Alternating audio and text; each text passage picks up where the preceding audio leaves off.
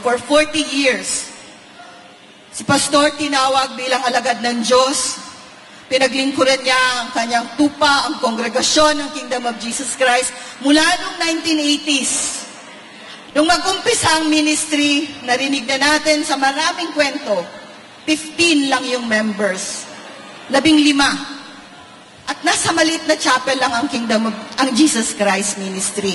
Yun din ang panahon na nagkakilala si Pastor at si Tatay Digong. Hindi pa sila kilala, hindi pa Vice Mayor si Tatay Digong that time. Kauumpisa lang ng dalawang ministry nila o paglilingkod. Hanggang tumakbo si PRRD as Vice Mayor, sinuportahan siya ng Kingdom. Tumakbo bilang Mayor ng Davao City, tumakbo ng Congressman, at tumakbo bilang Presidente. At sa lahat ng ito, kasama si Pastor Apollo C. Kibuloy dahil ang kanilang pagkakaibigan walang iwanan kahit anuman ang mangyari. Ang suporta ng Kingdom kay PRRD, wagas, wala nang iwanan sila. So anong nangyari?